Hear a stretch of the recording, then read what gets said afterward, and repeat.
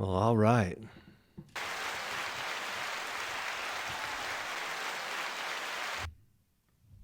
We're back with another episode. Yeah. I think we've been looking forward to this one. Yeah, we've gotten a lot of cool suggestions from different people on topics, which has been great, helpful, interesting. So, yeah, keep them coming. If you have any, we've got a stack of them now. So we'll have to start getting through them. One of the first ones came from our not the last episode, but the one before that, and the topic is drinking and drugs on the trail. Drinking and drugging. So get ready to smash that thumbs down button. Just kidding. But any interaction's great. Thank you.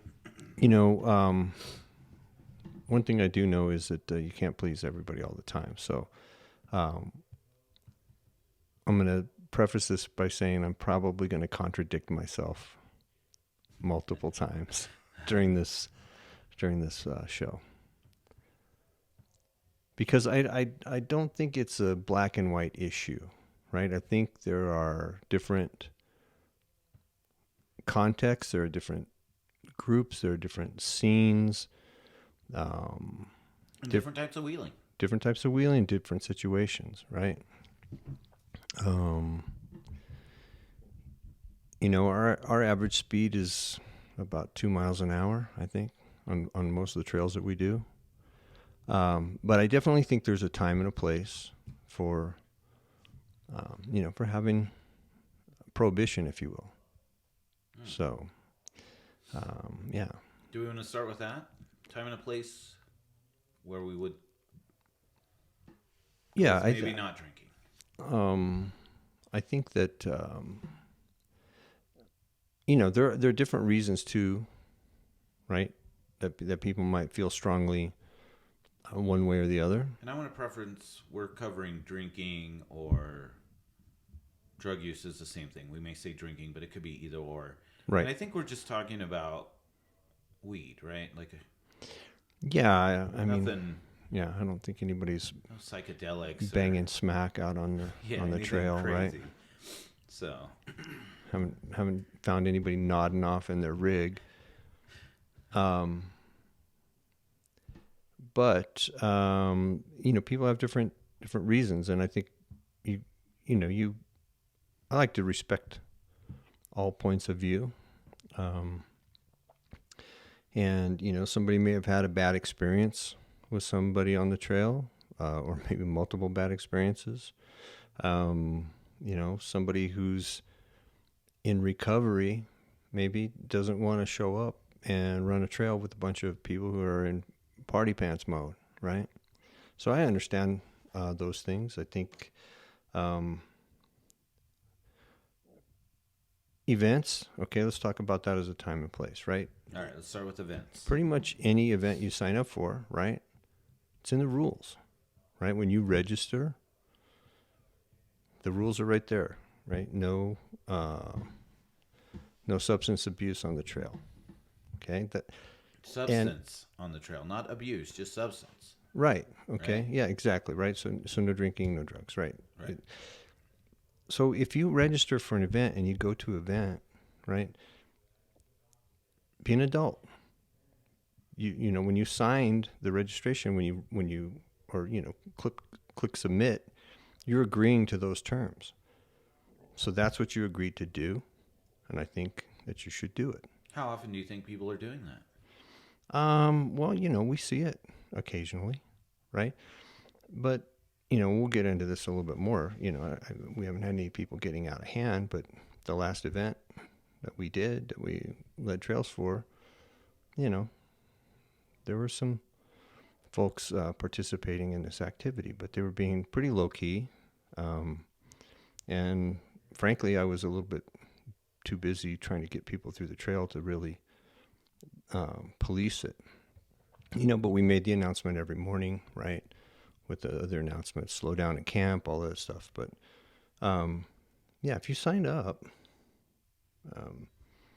You agreed to this, so wait till you get back to camp, because most events, it is allowed at camp.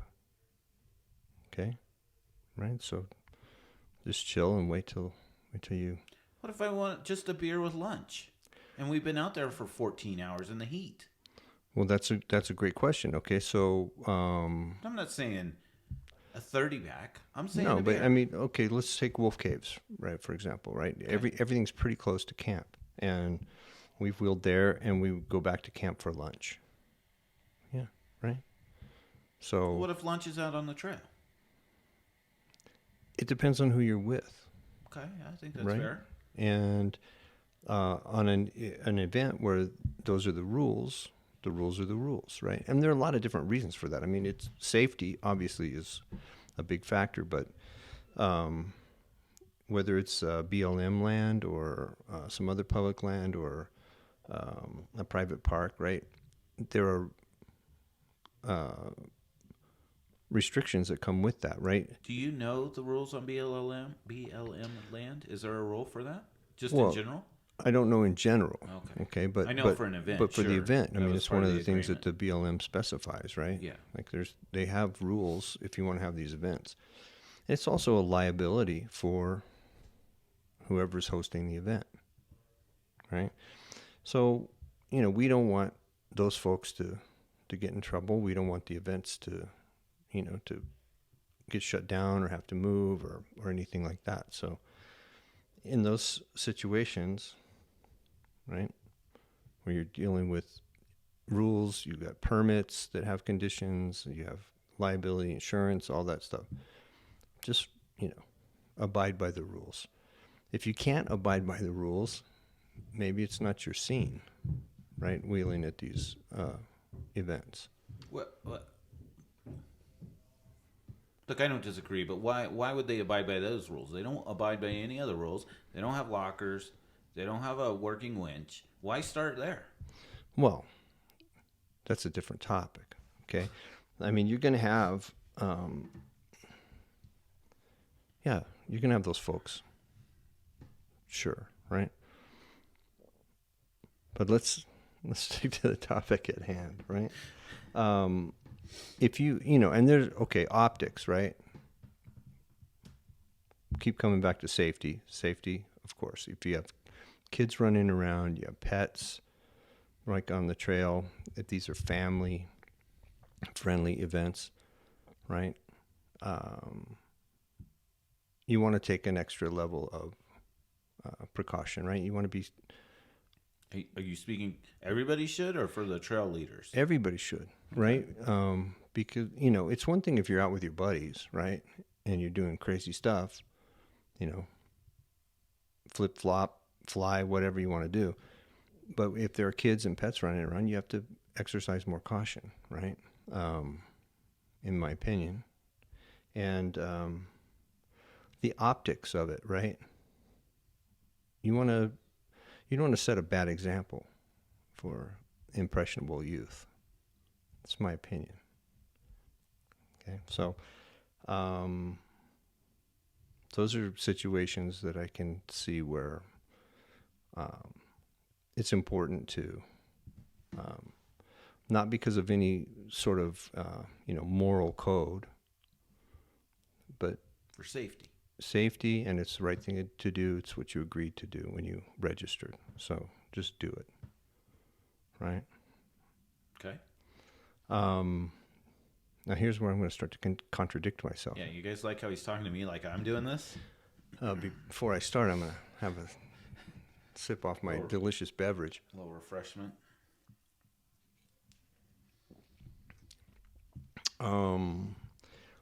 So the people you're with, right? Are you wheeling with friends or with strangers? Okay. If you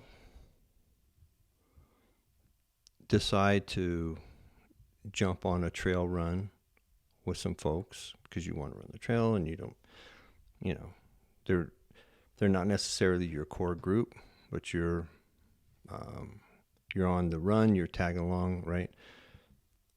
I think you probably should conform to whatever the norm is there. So if you're out with a bunch of teetotalers, you might want to, Abstain. abstain, right? Fit it, get along, right? And conversely, if you're the Abuser. the straight edge, Square bear. square bear, and you show up and you're out with a bunch of rock crawling knuckleheads, right? That are, doing their thing. Well, you're joining their party, right? And you can make decisions about that, right? Maybe, all right, if you didn't like it, don't will for the game. Be safe, right? But I don't think we've had a situation in the years that we've been wheeling together. At least one doesn't come to mind where somebody's gotten out of hand, right? Now, I'm sure a situation, maybe not out of hand, where we went. So we drove a long ways to Texas. Oh, yeah. And the guy was so hungover, he couldn't even take us on the trails. Yeah, yeah.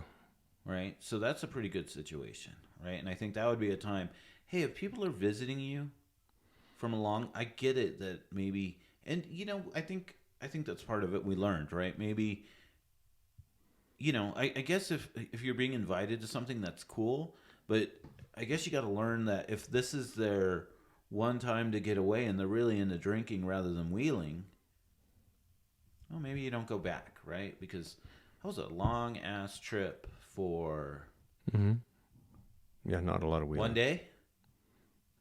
I wouldn't even say we got a full day. I think we got a couple hours on a couple days. Yeah, and that was I don't remember how long it was, but it was a long trip. Yeah, it was real long. Maybe longer than. Yeah, it's probably about a 12-hour drive. Yeah, that's the longest trip we've ever gone in a couple hours. Yeah, so if it's people then you know what to expect, right? But like I said, even the folks that we know that that might, shit, we know people that imbibe on the trail, but nobody's getting sloppy. Nobody's fighting. Yeah, tearing their clothes off, falling down. I think we've had good experiences with that. People that we've been out with and they're drinking. It's never been crazy out of control. I think the thing that we see on at least videos that's out of control, crazy, is hammers. Yeah, now that seems dangerous. And people throwing beers at people. Yeah, that's over the top, right? I mean, fights breaking out. Yeah. People trying to hit each other with their vehicle, running over their vehicles. I mean, a few people have been killed out there at King of the Hammers. Run over, and then I understand that not this past year, but the year before at Trail Hero, somebody got hit with a vehicle at night, along the road, and that's why they had changed some stuff up this year. Oh. So yeah, I mean that's that kind of after. Well, that's kind of the problem after too. The wheeling is over. Yeah, you say that, but then you got to drive out of there. Right. Kind of turns into a problem too.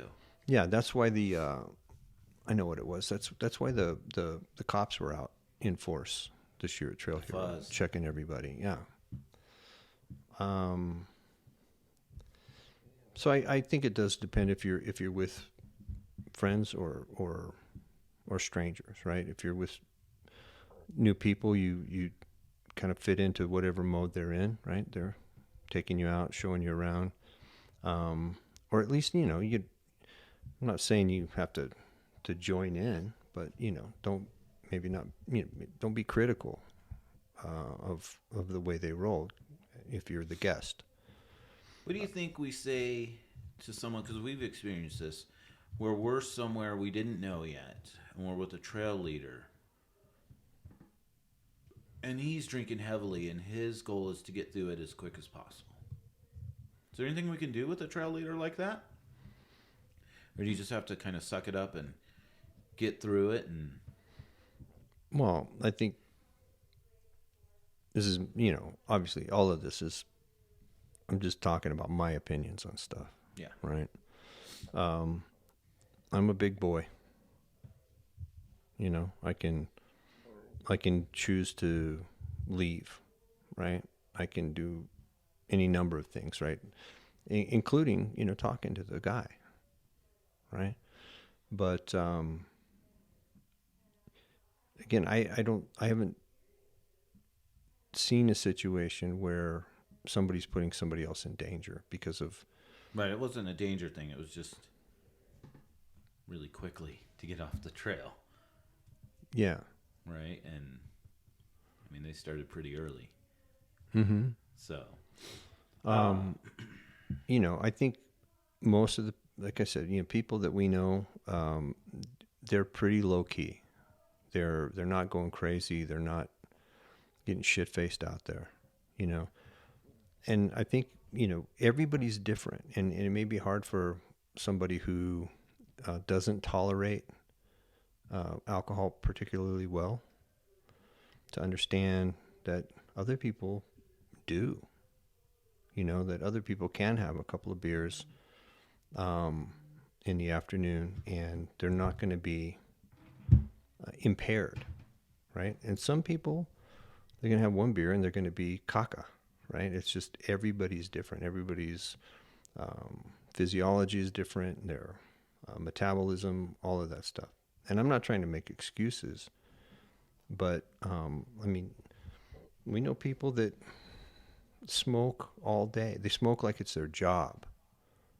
And it doesn't, you know, it doesn't negatively affect them because, you know, they're acclimated to it.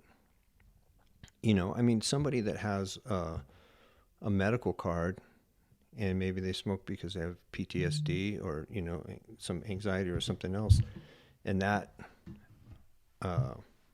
helps them normalize, right? And it's not that everybody who's smoking is getting wasted, right? And unless somebody's doing something that's messing it up for everybody else, I'm gonna leave them be. You know, if you're not impaired and you're not being dangerous and you're not being disruptive, right? It's none of my business.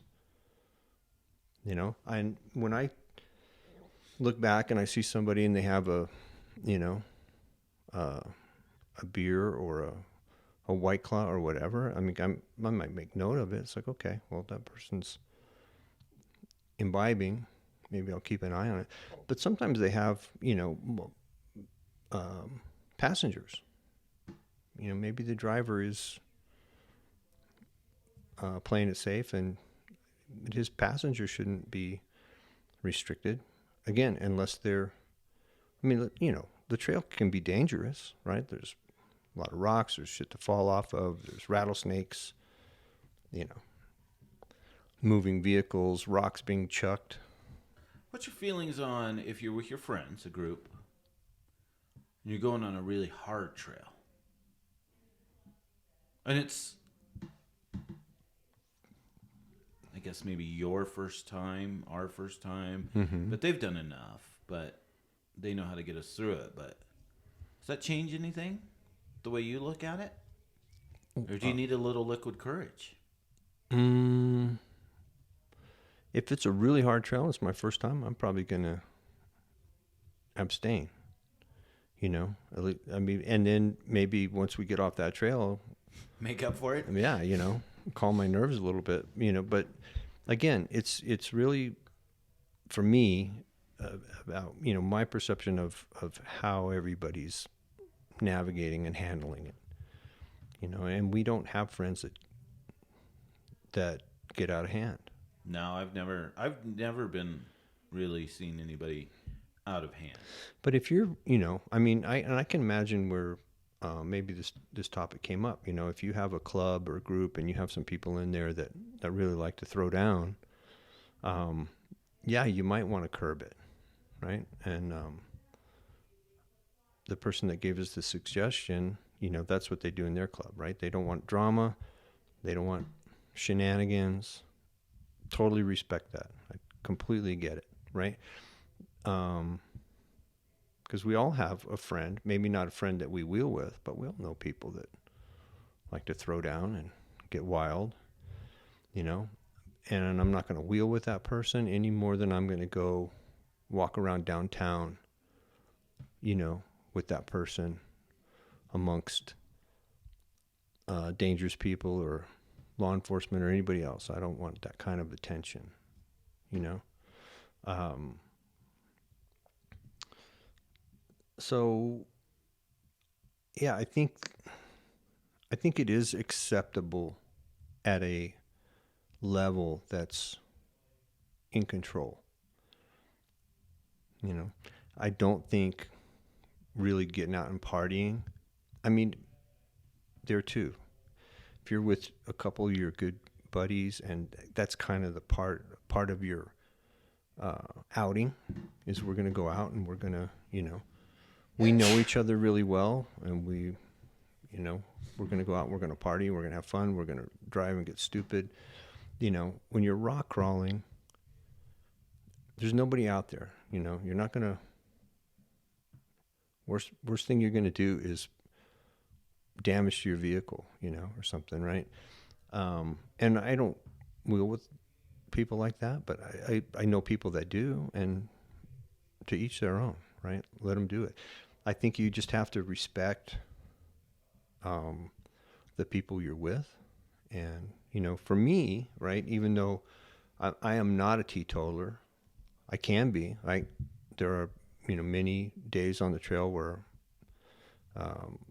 again, going back to, the last few events we did, I don't imbibe until we're done.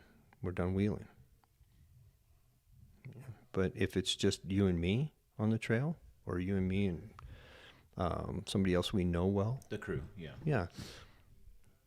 Yeah, I might, after the first trail or two, I might enjoy a beverage.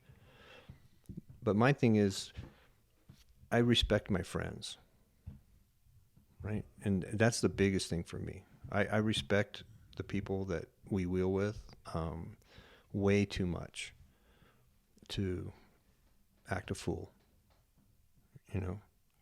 because I want to remain friends, and I think it's, if you don't, then it's disrespectful. Well, and I think that's the good thing about all this is that there's enough people doing it with enough of the same interests and likes and what they're trying to get out of it that you can wheel with whoever and be good with it, right?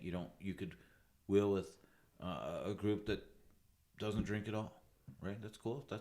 There's groups for it, right? There's people Mm-hmm. that'll wheel like that, right? There's people that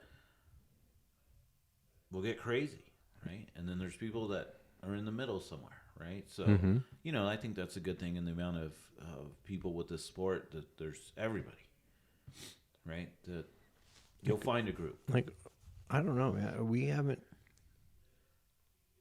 in the years that I've been doing it, and it's not that many years, right? 7 years. I haven't wheeled with anybody who's chucking beer cans out on the trail. But I sure see a lot of beer cans and beer bottles chucked out on the trail. So somebody's wheeling with those people, right?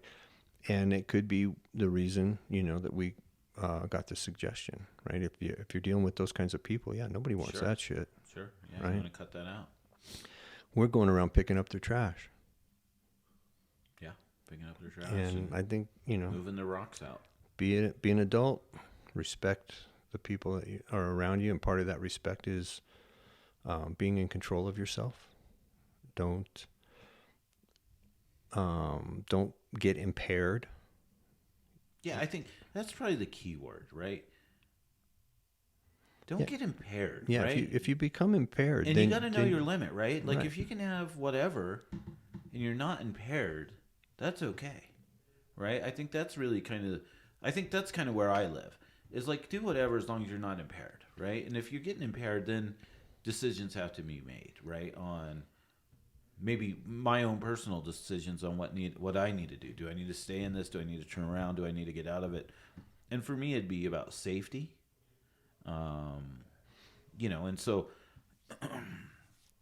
I just don't want to be put in a bad position, right? And Yeah, and I don't want to put anybody else in a bad position, including making them uncomfortable. I don't need any help from anybody putting myself in a bad position. I am very good at sliding into shit and getting my Jeep sideways.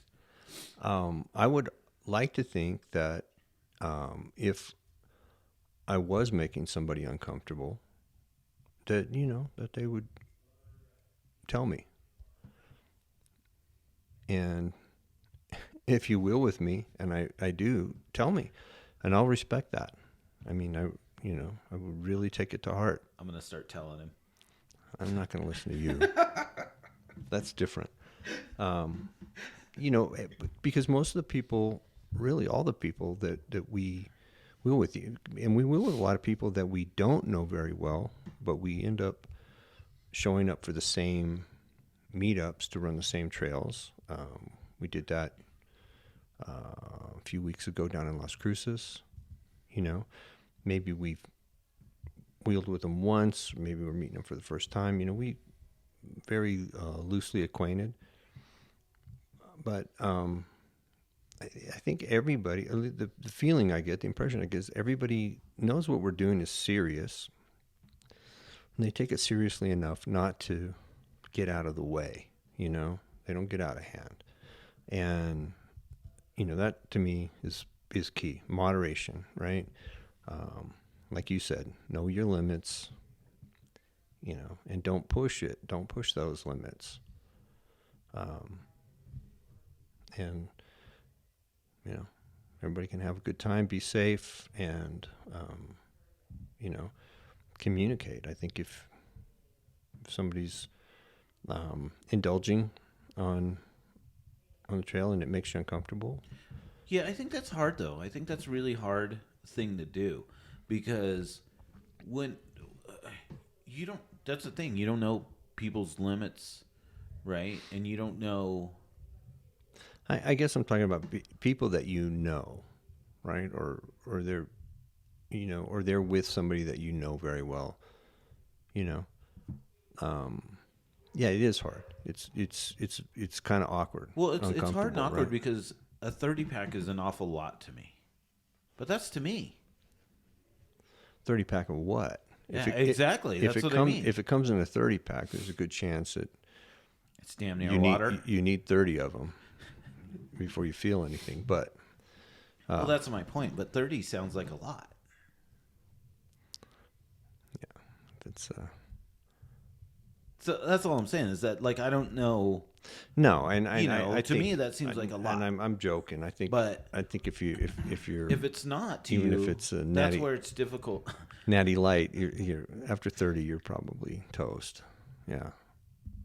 But if it's 30 for you and your partner, and you guys hand a couple out. Well, you hand a couple out. You guys are in your 20s, your 30s, right? To be young. You're probably good, right? And if you're not driving like an asshole. Yeah, that's what I mean. Like, you're not. There's no real signs that you're like, whoa. Yeah, and I mean, and that's been my experience. I guess I should consider myself fortunate. I've led a sheltered life off-road. In the off-road community. Yeah, and that's what I mean. Like, that's why it's kind of, I think it'd be kind of hard to say something because I don't know. Right, like, I guess if they get out of their vehicle and they fall, that's a pretty good sign. But short of that. Yeah, and I mean, I can think of a few guys that we know that we wheeled with, and they get it on, but they maintain. Yeah, and it's never an issue. Right. But if we had people that were creating an issue, I think I'd be inclined to do the same thing. If we had a club or a core group, we'd tell that person, like, look, you got to cool your jets, or you can't come out with us, or you can come out when we run, out in the middle of nowhere, and there's nothing to hit, nothing to fall off of, and nobody to run over. That's going to be kind of my question. Is there a trail that it makes it okay or not? Right? Because if we look at it like that, impairment's impairment, and it's all dangerous. Yeah, I don't think there is, right? I mean, that's Because you could say, well, what about in the wide open Well, speed. space of the Yeah, sand that's dunes, whatever? And in those places, you're always hearing about collisions. You're ugh. hearing about people getting run over, killed. You can't just. But that's not always due to drinking or Impairment. smoking. It's just, some people are dickheads without any help from any substance, and Yeah, they're that's gonna true. go fast and they're gonna do stupid things, where they have no visibility. They're gonna get into stuff that they're, you know, so, um, you know, alcohol's not gonna help. That's for sure in those situations. But it can definitely, um, you know, enhance that that sort of mentality and behavior. But yeah, I don't know. I'm really glad that that this was a suggested topic because I think it's very interesting. Right? It's complex. Do you feel any different of the type of alcohol they're drinking? Sure. Right? Like, Yeah. again, like you see a nice gentleman pull out a Bud Light. Yeah, or a bush latte or Yeah, natty like light, right? And that's a half a beer compared to one of these, well, it's not even half. You know. right? Like, and you see someone pull out Yeah, a if they pull out a bottle of Wild Turkey, yeah, it might be whoa. then it's like whoa, whoa, or they're giving shots of tequila. Woo. Yeah, and you know what? But I'm not seeing that. I don't see anybody doing that on the trail. Yeah, it's because you're in the front leading. You're not back with the rowdy crew like me. Well, maybe if that's going on, maybe you should get on the radio. I might want to come back there and Help out. just inspect. I'll have a code on the radio. No, I mean, I that's one time that I take that very seriously, right? Like, Yeah, if we're responsible for getting people out, through, and back to camp, like that's job number one. And there's enough problems without that part of it, right? Like, I mean, we've experienced it. I think we've talked about it, right? Just So in those situations, yeah, if somebody was making a scene or, even not being cool in front of somebody's kids or whatever, I would definitely talk to them. I might kick them off the trail. We haven't had to kick anybody off the trail other than for their lack of equipment. the rigs is the only time we've ever had to turn anybody back, because they were just in over their heads. But yeah, I would definitely put an end to it, because it's not cool, right? And that's the thing. You got to read the room. So Who are you with? yeah, so if you're watching or listening to this, right, man, put some examples of some craziness that you've seen, because I'd just like to see and hear those. Because you're right, we've been very fortunate that we've not really, right, that trip to Texas is probably the worst we've ever seen.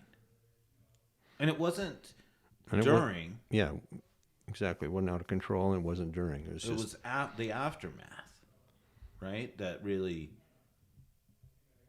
kept us from getting to do. And again, it's a closed thing. It was a private thing. It's not a public event, Right. right? So, but yeah, if you out there have some crazy experiences, just post them, because that'll be fun for us to read. We might follow up a little bit on it and talk through some of it, because I know it's out there. But we've been real fortunate not to really see some things, and we've made, me probably more a little bit, made some suggestions of not to go, because I felt that this might be a little wild. Yeah, And that's I true. don't know the area. Yeah, Like, if people were getting wild in an area that I know, little less for it. But if we're going to somewhere brand new and we know it might be a little wild, I put the brakes on for that, just because. Look, I am not good at understanding where I'm at any time. I don't understand trail mapping software. I do know my directions because of the sun, but I couldn't tell you where I started and how to get out of there. So for me, it's a real thing. Like, I don't want to be stuck overnight with someone that. Yeah, and you don't want to be broken down on the trail I think that's the and biggest out thing there that too scares late. me is that I don't want to Because, be. you know, I don't want to be it's crazy, impaired so right? I much. mean, it's kind of I, hypocritical, hypocritical, right? To say, well, you know, I'm mad at you because you broke and you were drinking beer, right? Because you could have broken anyway, Yeah, you shouldn't have been on that trail. right? But you know how it is. There's going to be the stigma, the added stigma, if It somebody's is every time. It is partying, every time. It right? is. That's what you're going to blame. You're Yeah, going to be yeah, like, oh, yeah. you wouldn't have broken that axle shaft if you hadn't had those natty lights, Rolling on Dana 30s. you know, and that's probably not fair, right? At all, right? But yeah, I think that's my biggest, for me personally, that's why I don't want to push a limit in case I break. Like, I want to be able to. Well, everybody, when those situations happen, especially on a really hard trail, especially if it's getting late and you're a long way from camp and all this, everybody needs to have their wits about them, Right. right? You want everybody to be sharp and able to help. And it's important, right? Like when we were down there a couple of weeks ago in cruises, right? The wheel came off, right? The knuckle separated. Everybody's cool. We all did our part and got it back on. No big deal, right? And I think for me that's the important part. I don't want to be so impaired that I can't figure out how to get things back together or help get things back together. Or know where my tools are or the pieces that we need, right? It was very easy when that buggy broke. No big deal, right? And breaking is a Happens. common thing for us, Yeah, right? it's going to happen, especially when all you do is hard stuff.